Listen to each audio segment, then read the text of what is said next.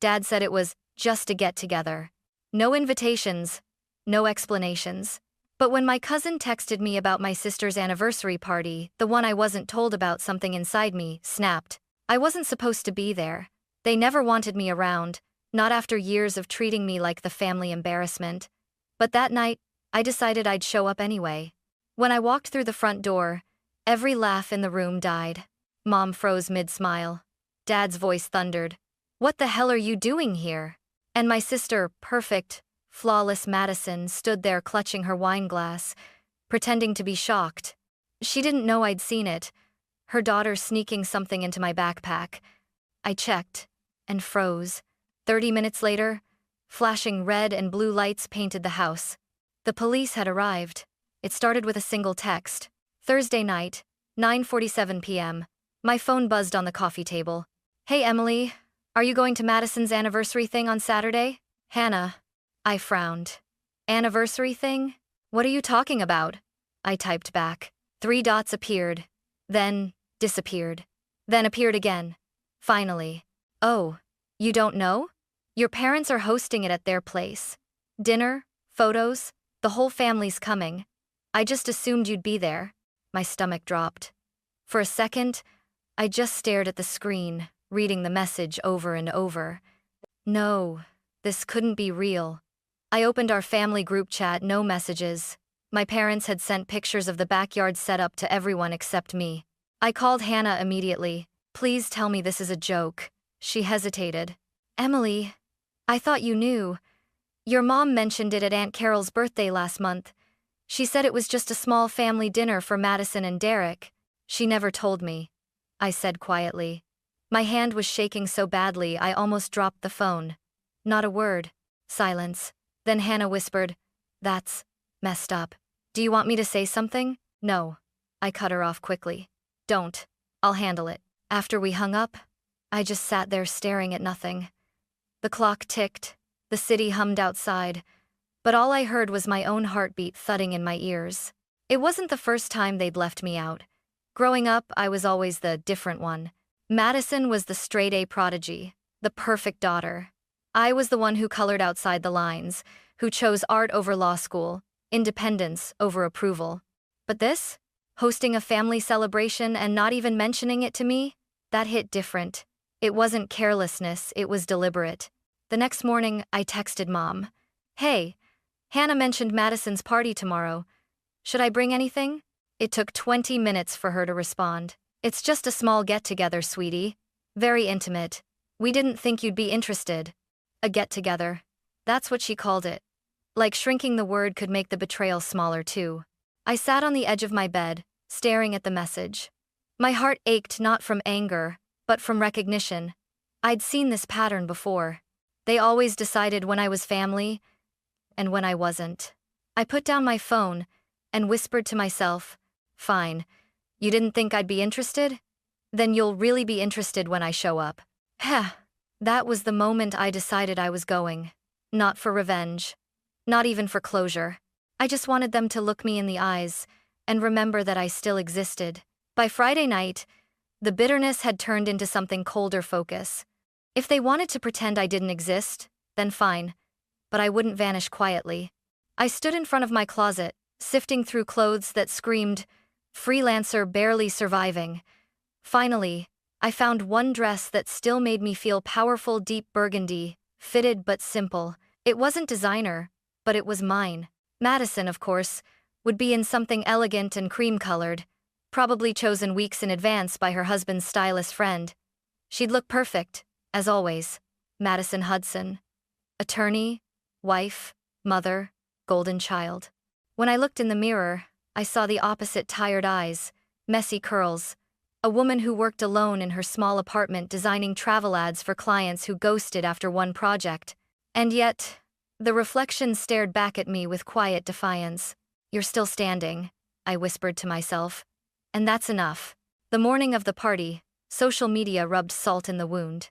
My Aunt Carol posted an Instagram story of the backyard fairy lights, floral arrangements, champagne glasses already lined up on the table.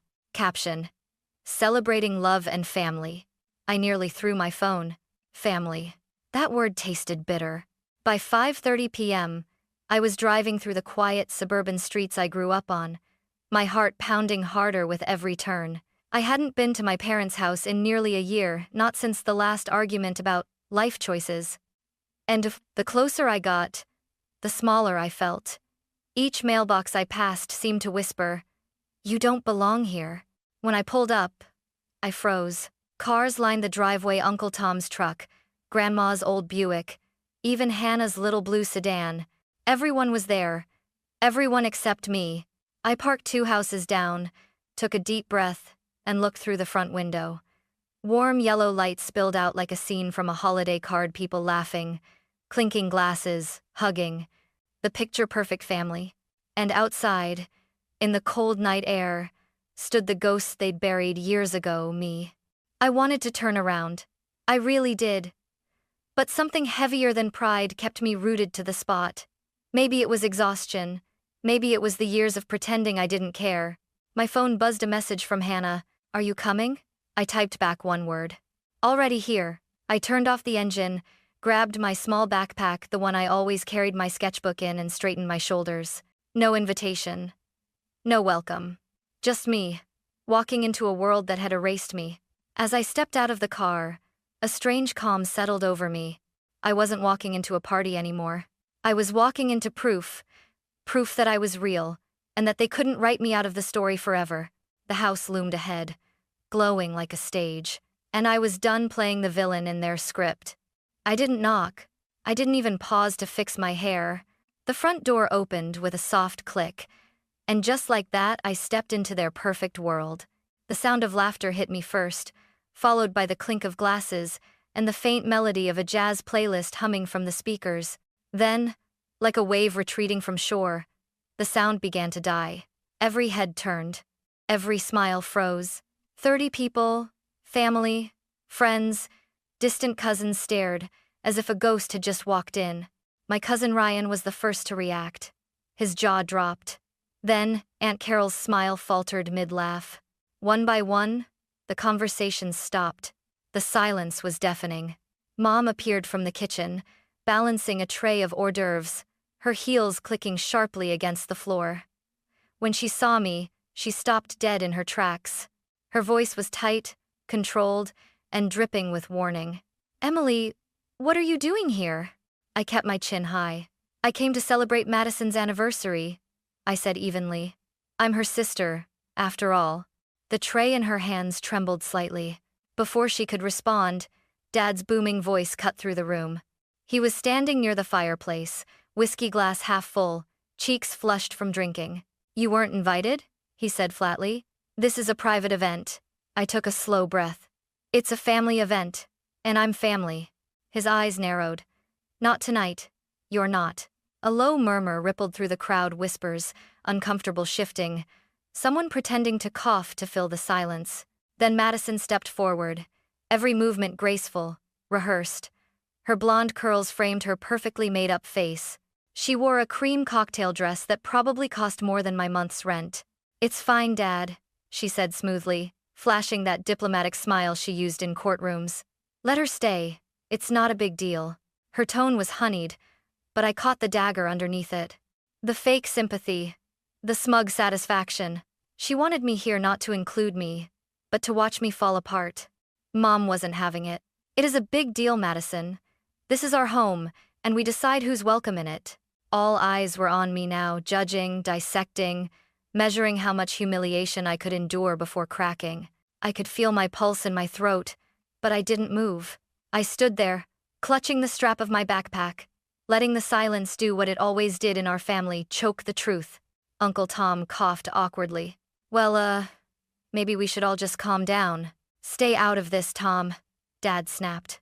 Mom's tray clattered against the table as she set it down too hard. The metallic sound sliced through the room. I glanced around, at the perfect decorations, the glowing fairy lights, the expensive catering. They had spared no expense for Madison balloons in gold and white, champagne glasses glimmering under the chandelier. And yet, they couldn't spare one text for me. I swallowed hard, forcing my voice steady. "If you want me to leave," I said quietly, "you'll have to make me." Aunt Carol gasped. Someone's glass hit the floor. Madison's smile wavered for the briefest second, just long enough for me to see the flicker of annoyance behind her eyes. She had expected me to cry, to beg, not to stand there. For the first time in years, I wasn't running from my family's cruelty. I was staring it straight in the face. And the room, that perfect, polished room, had completely stopped breathing. Dinner was served like nothing had happened, but everyone's laughter sounded forced, brittle, hollow. I sat at the far end of the long oak table, next to the dessert plates, where no one would have to look directly at me. The silverware clinked too loud. The small talk was too polite. It was the kind of silence people fill when they're terrified of what might be said next. Dad broke it first. Of course he did. "So, Emily," he said, swirling the ice in his glass. "Still doing those little design projects from your apartment?" My fork hovered midair. "Yes, Dad. I actually have a few clients right now." "Clients?" he repeated, smirking. "You mean people who pay you to sit in your pajamas and play with colors all day?" A couple of relatives snickered. Mom joined in smoothly, her tone sugar-coated but sharp as a knife. "Your sister manages 2 kids, a husband, and a full law career, dear. You should really take notes." The table chuckled politely. Madison just smiled, that perfect, rehearsed smile. "Oh, Mom, don't embarrass her. I'm sure Emily's creative lifestyle works for her." Creative lifestyle.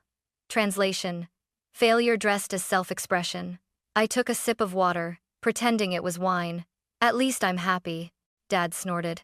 "Happy? You call scraping by happy?" Mom added softly. "Not everyone measures success by money, sweetie. But successful people don't have to borrow from their parents every few months." That one hit hard. I'd asked for help twice, once when my car broke down, once when rent went up unexpectedly. I'd paid them back both times, but to them, that debt never expired. My jaw tightened. "I paid you back, Mom." "That's not the point," Dad said, raising his voice. "The point is you needed it in the first place. Madison's never asked us for a dime. She handles her life like an adult." I could feel every eye at the table pressing down on me. The humiliation burned hot and deep. Then Madison spoke, her voice calm, measured, but full of venom. "We're not trying to attack you, Em. It's just, you make it hard to be around you sometimes." "Oh, really?" I shot back. "Because I exist?" Her smile faltered. "No, because you always find something to complain about. You criticize my parenting, my job, everything I do. You act like the victim." "Victim," I repeated, my voice rising. "You planned a whole party and didn't even tell me. That's not me being dramatic, that's you being cruel." The tension was electric. Forks stopped moving. No one dared to breathe. "Enough," Dad barked. "We're not doing this here. You've embarrassed this family enough times." "Embarrassed you how?" I demanded. "By not being Madison? By not fitting into the perfect little picture you built for her?" His eyes darkened. "You gave up, Emily. You dropped out of law school, you threw away a future. You chose the easy path and now you're paying for it." "I didn't give up," I snapped. "I changed paths because I wanted something real." He slammed his palm on the table so hard that the glasses rattled. "You matter when you earn it, Emily." The room went dead silent. Even Madison's husband, Derek, shifted uncomfortably. I wanted to scream, to throw my glass at the wall, to make them feel the years of pain they'd buried under fake smiles. But I didn't. Instead, I smiled. A small, brittle smile. "Got it," I whispered. "I'll remember that." At that moment, a small figure brushed against my side. "Hi, Aunt Emily," a soft voice said. I looked down. Chloe Madison's 9-year-old daughter stood beside me, clutching a toy purse, her eyes wide and innocent. "Hey, sweetheart," I said gently, forcing a smile. "How are you?" She didn't answer. Her hand brushed against my backpack just a second too long. Then she turned and skipped back toward her mother. I froze. My heart gave a strange twist, like it knew something my mind didn't yet. Madison ruffled her daughter's hair, looking across the table at me with that same smug calmness, the kind that said she'd already won. I didn't know it then, but that little gesture, that single moment of contact, would change everything. And by the end of the night, someone in that perfect family was going to be in handcuffs. At first, I thought I imagined it, the light brush of Chloe's hand against my backpack. But the feeling wouldn't leave me. 10 minutes passed. Then 20. The conversations around me blurred into static. Laughter floated somewhere distant, detached, unreal. My palms were sweating. Something in my gut screamed that something was off. I reached down to adjust my bag and froze. It felt heavier. My breath hitched. I didn't even think. I just stood up, muttering something about needing the bathroom, and walked away before anyone could stop me. The hallway was quiet, carpet muffling my footsteps. My reflection in the mirror looked pale and uncertain, like a stranger wearing my face. Inside the bathroom, I locked the door and leaned against it for a long second. Then I set the backpack on the counter. "Please be nothing," I whispered. I unzipped it slowly. My heart stopped. Inside, nestled between my wallet and my sketchbook, was a small, clear plastic bag filled with pills. At least 24 white, round, stamped with markings I didn't recognize. My fingers trembled as I stared at it. For a second, I couldn't breathe. Then the realization hit me like a punch to the chest. This wasn't an accident. Someone had put this there deliberately, and I knew exactly who would benefit if I got caught with it. My mind went blank, then sharp all at once. Madison. Of course it was her. The perfect sister, the untouchable lawyer, the one who'd spent her entire life making me look like a failure. And now she'd found the perfect way to end me. If the police came, if someone found these pills in my bag, I'd be done. A family scandal, my reputation shredded, maybe even arrested. I gripped the edge of the counter, trying not to scream. "You're not crazy. You're not paranoid. They did this." Then a strange calm settled over me. Cold, focused. Fine. If this was her game, I could play too. I grabbed my phone, switched to camera mode, and started taking pictures. Close-ups, angles, timestamps, the bag inside the backpack. My hands nowhere near it. The background clearly the guest bathroom of my parents' house. Click, click, click, evidence. Then I grabbed a tissue, carefully lifted the plastic bag, and held it up to the light. The pills gleamed dully, dangerous and expensive looking. A nervous laugh escaped me. "You really overplayed your hand, Maddie."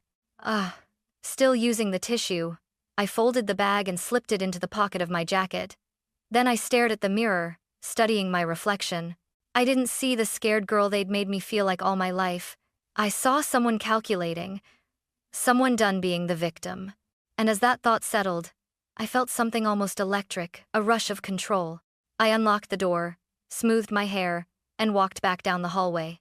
The laughter had resumed. The music played on. Nobody even noticed I was gone. Perfect.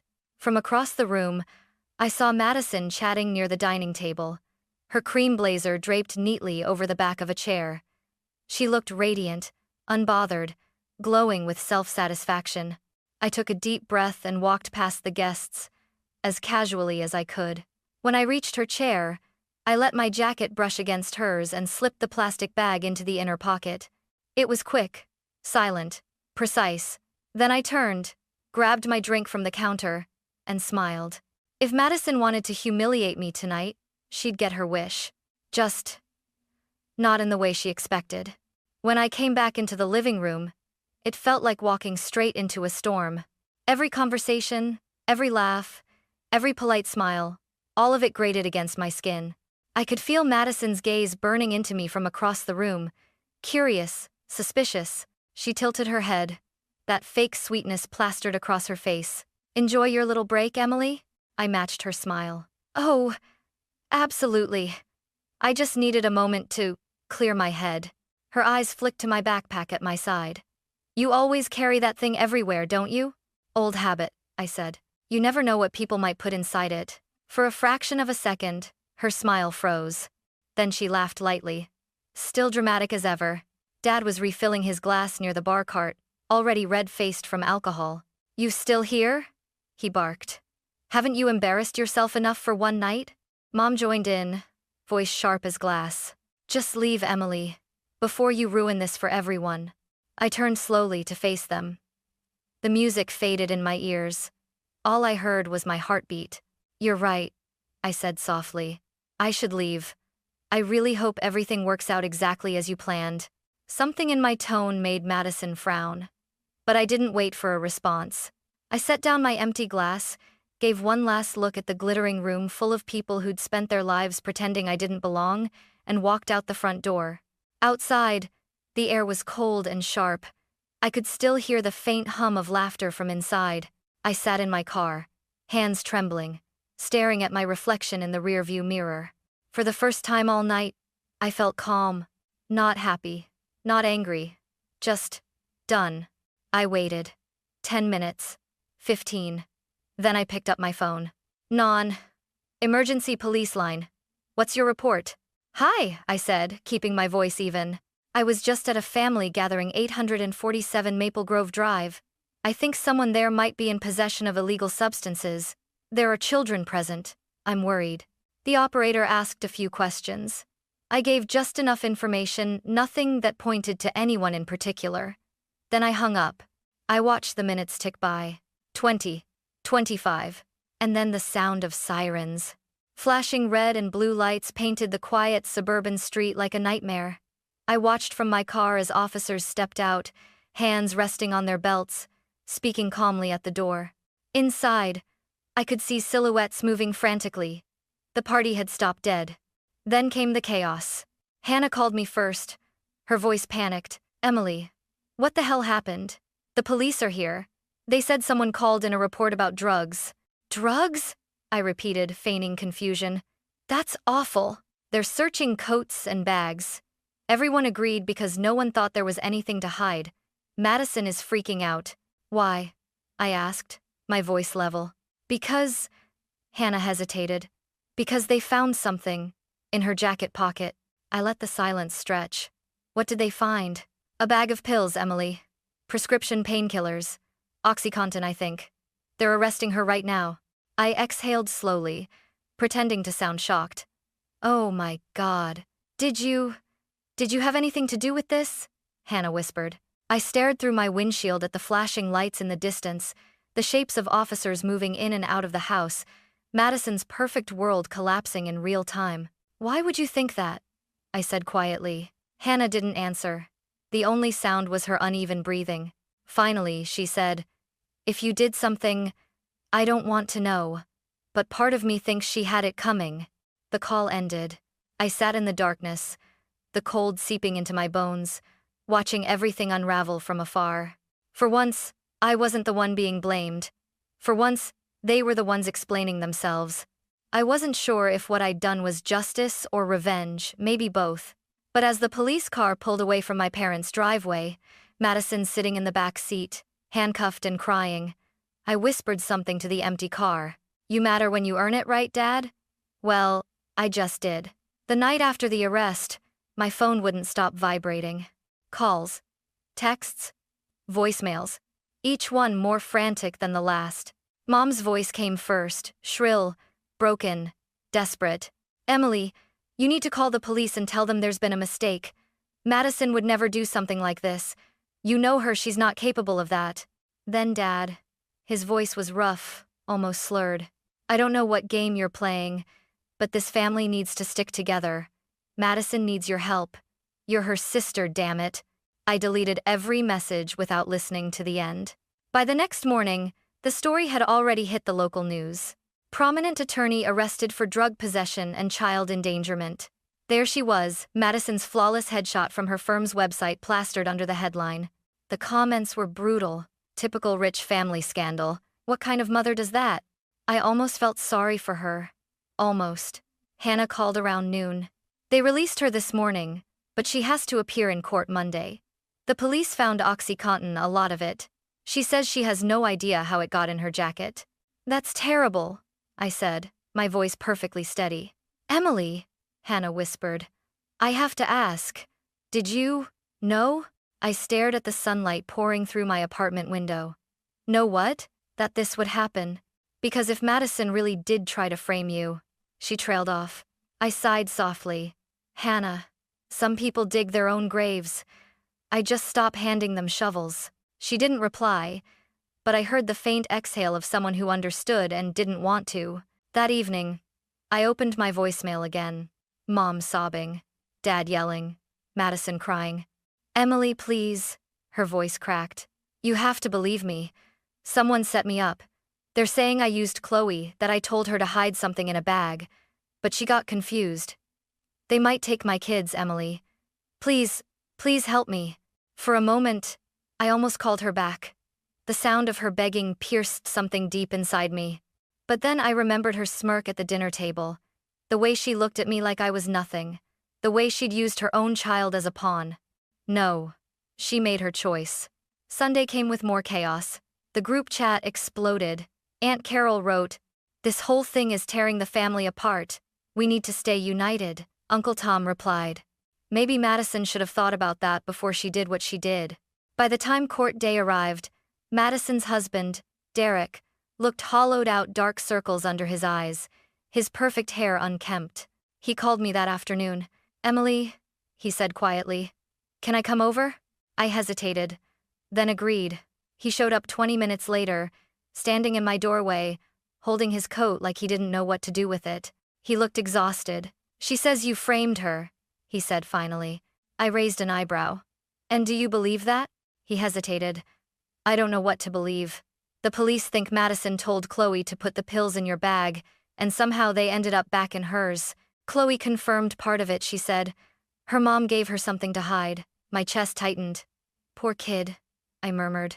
"Yeah," he said bitterly. "She's in therapy now. She cries every night. She thinks she's going to jail." He rubbed his face, looking 10 years older. "Emily, whatever happened that night, you could end this. If you told the police you think Madison's innocent..." I laughed, low and cold. "Innocent? Derek. She tried to destroy me. She made a mistake." "No," I cut him off. "A mistake is forgetting an anniversary.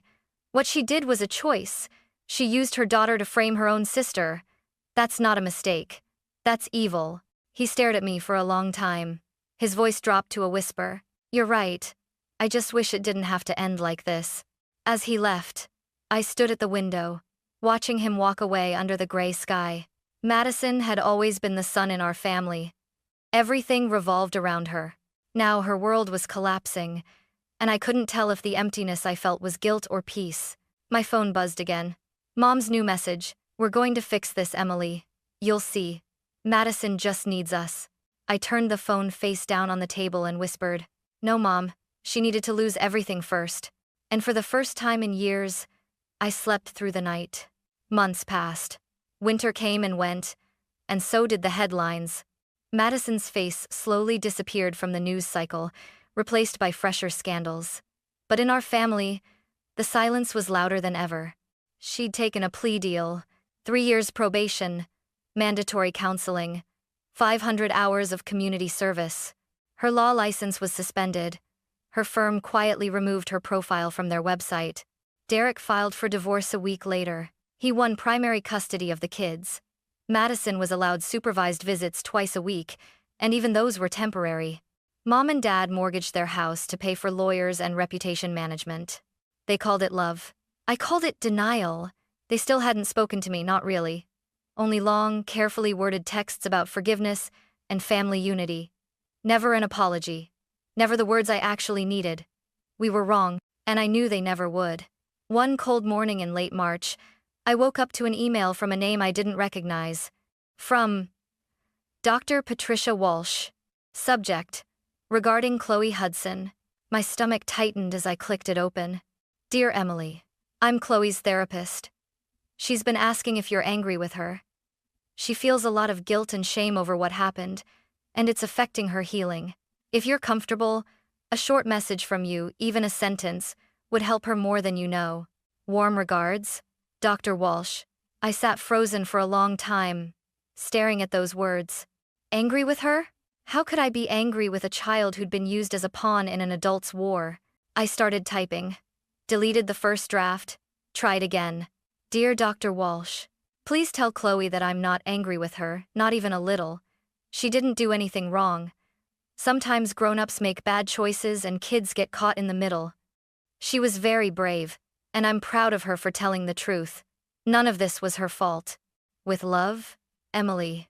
I hit send before I could overthink it. Dr. Walsh replied that same evening. She cried with relief when she read your message. Thank you.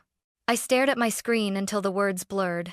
Then, for the first time in a long time, I cried too, not the bitter, angry kind of tears I'd swallowed for years, but the kind that came when something inside finally unclenched. That night, I dreamed of Chloe's little hand brushing against my backpack. Except this time, in the dream, she wasn't planting anything. She was returning what had been stolen: my dignity, my voice, my peace. The next morning, I went for a walk. The world felt cleaner somehow: quiet streets, frost melting off rooftops, the faint smell of spring in the air. I thought about everything that had happened: the lies, the humiliation, the chaos. Had I gone too far? Maybe. Would I do it again? Absolutely. Because justice doesn't always wear a badge or stand in a courtroom. Sometimes, it's a quiet woman with shaking hands who decides she's done being the family scapegoat. My parents still call it that misunderstanding. They still invite me to get-togethers.